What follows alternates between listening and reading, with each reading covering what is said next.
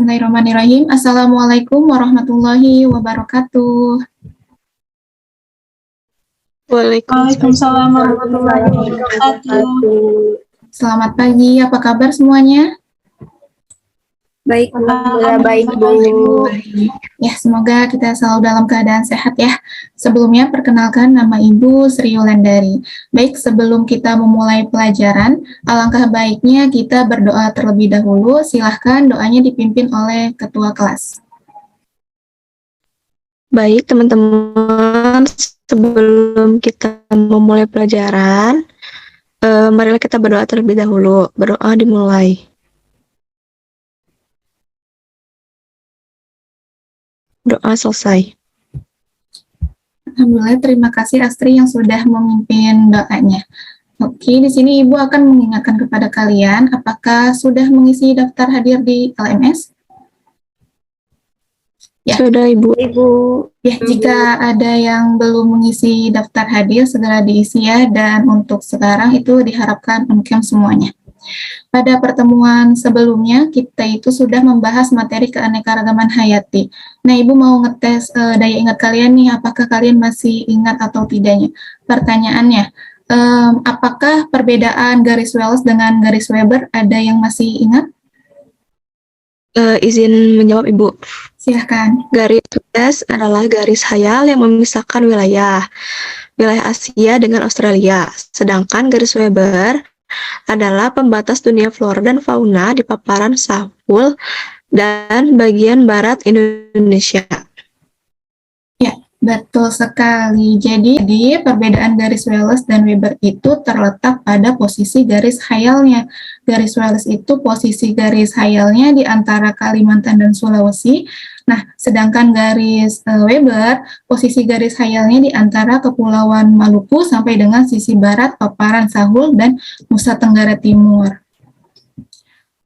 Untuk pada bab keanekaragaman, kalian kan sudah tahu nih bahwa makhluk hidup di muka bumi ini sangatlah beraneka ragam, mulai dari makhluk yang paling kecil seperti bakteri sampai makhluk yang berukuran besar seperti paus. Karena banyaknya jenis makhluk hidup, para ahli biologi pun berusaha membuat sebuah sistem agar bisa memudahkan kita untuk mempelajari makhluk hidup. Nah, sistem itu dikenal sebagai sistem klasifikasi makhluk hidup. Pada pertemuan kali inilah kita akan membahas materi tersebut. Nah, Ibu akan menjelaskan tujuan dari pembelajaran kita hari ini. Yang pertama itu kita akan menjelaskan prinsip dasar klasifikasi makhluk hidup, kemudian menjelaskan tujuan dan manfaat klasifikasi, selanjutnya menjelaskan macam-macam klasifikasi makhluk hidup, kemudian menentukan urutan tingkatan takson yang tertinggi hingga takson terendah, dan yang terakhir kita akan menentukan dasar-dasar perkembangan sistem klasifikasi makhluk hidup dalam 5 kingdom. Ibu akan menampilkan video terkait sistem klasifikasi makhluk hidup, tolong disimak baik-baik ya. Assalamualaikum warahmatullahi wabarakatuh. Halo, selamat datang di kelas daring belajar biologi. Hari ini kita akan belajar tentang klasifikasi makhluk hidup. Berapa banyak jumlah makhluk hidup yang ada di bumi? Wah, agak susah juga ya. Kalau kita ambil contoh hewan, itu saja sudah sangat banyak, mulai dari semut sampai gajah. Dari yang ukurannya kecil sampai yang besar, semuanya ada. Itu baru hewan, belum tumbuhan. Ada lagi bakteri, jumlahnya mungkin ada miliaran. Oleh karena itu, makhluk hidup diklasifikasikan atau dikelompokkan berdasarkan persamaan dan perbedaannya. Ini terdapat dasar-dasar klasifikasi makhluk hidup yang terbagi menjadi 3 poin. Poin yang pertama yaitu klasifikasi makhluk hidup berdasarkan persamaan dan perbedaan yang dimilikinya. Kemudian poin yang kedua, klasifikasi makhluk hidup berdasarkan morfologi dan anatominya. Dan poin yang terakhir itu klasifikasi makhluk hidup berdasarkan manfaat, ukuran, tempat hidup, dan cara hidupnya. Nah, di sini ada tujuan dari klasifikasi. Tujuannya yaitu untuk mempermudah proses mempelajari makhluk hidup, mengetahui hubungan kekerabatan makhluk hidup, kemudian membedakan makhluk hidup yang satu dengan yang lainnya, menyederhanakan objek studi, dan memberi nama makhluk hidup yang belum diketahui namanya. Nah, kemudian di sini terdapat macam-macam klasifikasi. Ada yang tahu apa saja macam-macamnya? Saya, Bu, Ya, ada klasifikasi natural, klasifikasi artifisial, sama filogenetik, Bu. ya, betul ya apa yang dikatakan oleh Syifa. Sistem klasifikasi dibagi menjadi 3, ada sistem natural atau ilmiah, kemudian ada sistem artifisial atau buatan, dan yang ketiga ada sistem filogenik. Nah, di sini ada sistem natural atau sistem alamiah. Klasifikasi alamiah dirintis oleh Michael Adams dan Jean-Baptiste Delamarck. Sistem ini menghendaki terbentuknya kelompok-kelompok takson alami yang artinya anggota-anggota yang membentuk unit takson terjadi secara alamiah atau sewajarnya, seperti yang dikehendaki oleh alam. Sistem natural ini mengklasifikasikan sistem 2 kingdom. Cara pengklasifikasiannya juga didasarkan, yang pertama, hewan dikelompokkan berdasarkan cara geraknya dan penutup tubuhnya. Sedangkan tumbuhan itu dikelompokkan berdasarkan jumlah keping bijinya. Nah, di sini sistem artifisial atau sistem buatan, yaitu sistem yang mengkelompokkan makhluk hidup berdasarkan persamaan ciri yang ditetapkan oleh penelitinya sendiri atau kehendak manusia. Misalnya dari ukuran, bentuk, dan habitat makhluk hidup. Pada tumbuhan terdapat beberapa cara penggolongannya. Yang pertama itu ada umur, kegunaannya, habitatnya, dan kandungan gizi atau zat utamanya. Yang terakhir ada sistem filogenetik. Sistem filogenetik ini disusun berdasarkan jauh dekatnya kekerabatan antara takson yang satu dengan yang lainnya. Klasifikasi sistem filogenetik ini muncul setelah teori evolusi dikemukakan oleh para ahli biologi. Pertama kali dikemukakan oleh Charles Darwin pada tahun 1859. Menurut Darwin, terdapat hubungan antara klasifikasi dengan evolusi. Nah, sistem klasifikasi filogenetik inilah yang menjadi dasar dalam perkembangan sejarah klasifikasi 5 kingdom. Nah, sistem klasifikasi yang sering dipakai sampai sekarang itu adalah sistem klasifikasi 5 kingdom. Mari kita bahas satu persatu apa saja. Yang pertama ini ada Monera. Monera merupakan makhluk hidup yang tidak memiliki membran inti atau organisme prokariotik. Kemudian memiliki bahan inti berupa asam inti atau DNA, bersel satu, kemudian memiliki ukuran mikroskopis, selanjutnya berkembang biak dengan cara membelah diri. Nah, kelompok Monera ini terdiri dari Eubacteria atau bakteri dan Archaebacteria atau bakteri yang hidup pada habitat yang ekstrim. Lalu ada Protista. Protista merupakan makhluk hidup yang terdiri dari satu sel atau uniseluler atau banyak sel atau multiseluler yang memiliki membran inti. Kemudian Protista juga dibagi menjadi 3 kelompok. Ada yang Protista mirip hewan, kemudian Protista mirip tumbuhan, dan Protista mirip jamur. Lalu fungi. Fungi merupakan makhluk hidup yang tidak memiliki kloroplas. Tubuh jamur ada yang terdiri atas uniseluler atau multiseluler, kemudian berbentuk benang atau tersusun dari kumpulan benang, dinding selnya terdiri atas zat kitin. Fungi terdiri atas semua jamur, kecuali jamur lendir dan jamur air. Lalu ada plante. Plante atau tumbuhan merupakan makhluk hidup bersel banyak yang mempunyai kloroplas.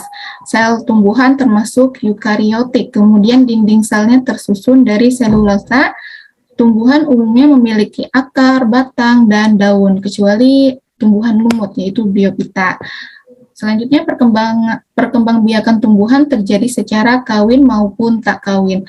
Tumbuhan terdiri dari tumbuhan lumut, tumbuhan paku, tumbuhan berbiji terbuka, dan tumbuhan berbiji tertutup. Nah, yang terakhir itu ada Animalia. Animalia ini memiliki ciri-ciri seperti sel-sel yang memiliki membran inti, tidak memiliki kloroplas, tidak memiliki dinding sel, dapat bergerak aktif, dan memiliki sistem syaraf. Dalam pembagian hewan dapat dikelompokkan berdasarkan dua cara. Apakah ada yang tahu berdasarkan apa saja? Berdasarkan makanan dan ada tidaknya tulang belakang, Bu. Ya, betul ya. Berdasarkan makanan atau ada tidaknya tulang belakang. Nah, untuk memudahkan dalam pengelompokan organisme itu disusun suatu aturan pengelompokan, yaitu tingkatan takson. Yang pertama itu ada kingdom. Takson yang paling tinggi bisa disebut sebagai kingdom atau kerajaan. Saat ini ada 6 kingdom ya. Semua hewan itu dimasukkan ke dalam kingdom Animalia. Tapi untuk semua tumbuhan dimasukkan dalam kingdom Plantae. Yang kedua itu ada filum atau divisio. Filum atau divisio merupakan tingkatan takson yang menghimpun beberapa kelas yang memiliki persamaan ciri-ciri. Filum itu digunakan untuk menunjukkan takson hewan, sedangkan divisio digunakan untuk menunjukkan takson tumbuh-tumbuhan. Lalu ada ordo, merupakan tingkatan takson yang menghimpun beberapa familia. Kemudian ada famili. Famili itu merupakan tingkatan takson yang anggotanya terdiri dari beberapa marga atau genus. Dan genus ini merupakan tingkatan takson yang memiliki beberapa spesies sebagai anggotanya.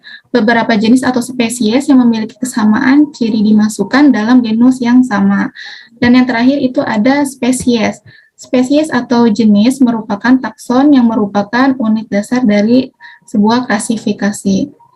Nah, di sini terdapat contoh klasifikasi mawar dan kucing. Mawar termasuk ke dalam kingdom Plantae. Divisinya termasuk ke dalam divisi Magnoliophyta, yang dimana Magnoliophyta itu tumbuhan berbiji tertutup yang memiliki bunga. Kelasnya termasuk ke dalam kelas Magnoliopsida, yaitu tumbuhan yang memiliki sepasang kotiledon atau berkeping dua. Ordonya Rosales, familinya Rosaceae, dan genusnya Rosa, kemudian spesiesnya Rosa hibrida. Sedangkan kucing itu termasuk ke dalam kingdom Animalia. Filumnya termasuk ke dalam filum Chordata karena kucing memiliki notochord pada saat perkembangan embrio. Kelasnya termasuk ke dalam kelas Mammalia karena kucing memiliki kelenjar mamae. Selanjutnya, ordonya itu termasuk ke dalam ordo karnivora karena kucing itu termasuk hewan pemakan daging atau ikan. Familinya Felidae, genusnya Felis, dan spesiesnya Feliscatus. Ya, materinya sudah selesai. Jika ada yang belum dimengerti, silahkan untuk ditanyakan. Apakah ada yang ingin ditanyakan? Saya izin bertanya, Bu. Ya, silahkan. Mengapa ayam itu nggak bisa terbang seperti burung? Padahal ayam juga kan memiliki sayap, Bu, dan termasuk ke dalam kelas Aves. Ya, Ibu izin menjawab dari pertanyaan Syifa ya. Apa yang dikatakan oleh Syifa itu betul, yang dimana ayam dan burung termasuk kelompok hewan dari kelas Aves. Aves sendiri itu merupakan kelompok kelas dari golongan hewan vertebrata yang memiliki ciri utama berupa penutup tubuh. Penutup tubuhnya itu berupa bulu dan memiliki sepasang kaki dan sayap. Dengan adanya klasifikasi hewan inilah kita bisa tahu jenis hewan apa yang bersaudara atau merupakan satu keluarga. Nah, karena ayam dan burung itu disatukan dalam satu kelas, artinya mereka masih satu keluarga.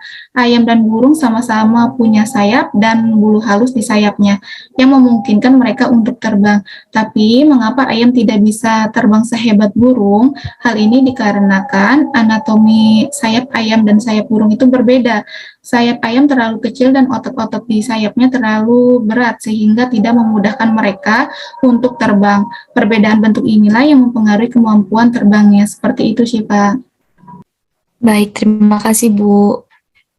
Sama-sama. Sebelumnya Ibu sudah menugaskan ke kalian berupa tugas kelompok. Silahkan tugasnya untuk dipresentasikan satu kelompok saja oleh perwakilan kelompoknya. Silahkan. Kelompok 1 mau mempresentasikannya, Bu. Boleh. Ya, Assalamualaikum warahmatullahi wabarakatuh. Waalaikumsalam warahmatullahi wabarakatuh. Saya perwakilan dari kelompok 1 yang anggotanya itu ada Mutia Argianti, Raden Rini, Sarah Putri atau saya sendiri, dan Syifa Fadila. Nah, di sini ada tugas yang telah Ibu kasih kemarin, minggu kemarin tentang sistem klasifikasi makhluk hidup. Mau scroll ke bawah. Nah, di sini jadi ada 3 gambar. Nah, dari tabel hasil pengamatan yang telah kita diskusikan itu, jadi yang pertama itu ada burung merpati, yang kedua ada kelinci Sumatera, dan yang ketiga ada ular naik. Ini itu termasuk ke dalam jenis klasifikasi alami atau natura. Untuk klasifikasinya, untuk burung merpati itu kingdomnya Animalia, filumnya Chordata, kelasnya Aves, ordonya Columbiformes, familinya Columbidae, jenisnya ada Columba, spesiesnya Columbarivia. Untuk kelinci, itu kingdomnya Animalia, filum Chordata, kelasnya Mammalia, ordonya Lagomorpha, familinya Leporidae, jenisnya Nesolagus, spesiesnya yaitu Nesolagus natseri. Untuk kingdomnya itu yang ketiga itu ada ular, kingdom Animalia, filumnya Reptilia, kelasnya Reptilia, filumnya tadi Chordata, kelasnya Reptilia, ordonya Squamata, familinya Lepidae, jenisnya Naja, spesiesnya Najas putatrix. Mungkin sekian presentasi dari kelompok 1 Ibu. Terima kasih. Ya, terima kasih untuk kelompok 1. Dari keseluruhan semuanya sudah bagus ya. Kalian sudah bisa mengklasifikasikan makhluk hidup dengan menentukan kunci determinasinya juga dengan sangat baik. Nah, berhubung kita sudah di akhir jam pelajaran, apakah ada yang ingin menyimpulkan materi yang sudah dipelajari hari ini? Saya, Bu, mau coba menyimpulkan. Silahkan, Syifa.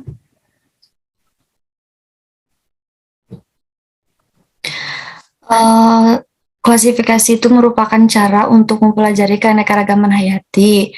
Cabang biologi yang khusus mengkaji tentang klasifikasi itu adalah taksonomi. Lalu klasifikasi makhluk hidup itu bermanfaat untuk memudahkan mengidentifikasi dan mengetahui kekerabatan makhluk hidup. Dasar klasifikasi makhluk hidup berdasarkan persamaan dan perbedaan sifat morfologi, anatomi, manfaat, serta evolusinya. Lalu sistem klasifikasi dibagi menjadi sistem artifisial atau buatan, sistem alami, dan juga sistem filogenetik. Perkembangan sistem klasifikasi filogenetik makhluk hidup itu dibagi menjadi 5 kingdom yang terdiri atas Monera, Protista, Fungi, Plantae, dan Animalia. Yang terakhir, takson disusun dari tingkat tinggi ke tingkat rendah, yaitu kingdom, filum, kelas, ordo, family, genus, dan spesies.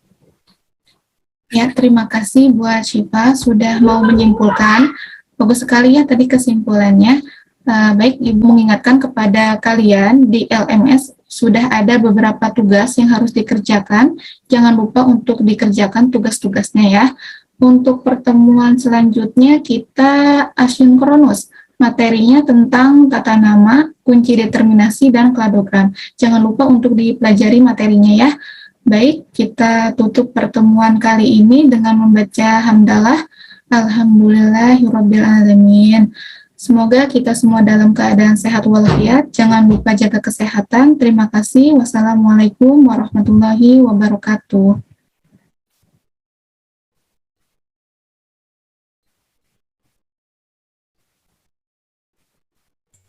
Waalaikumsalam. Waalaikumsalam warahmatullahi wabarakatuh. Ibu.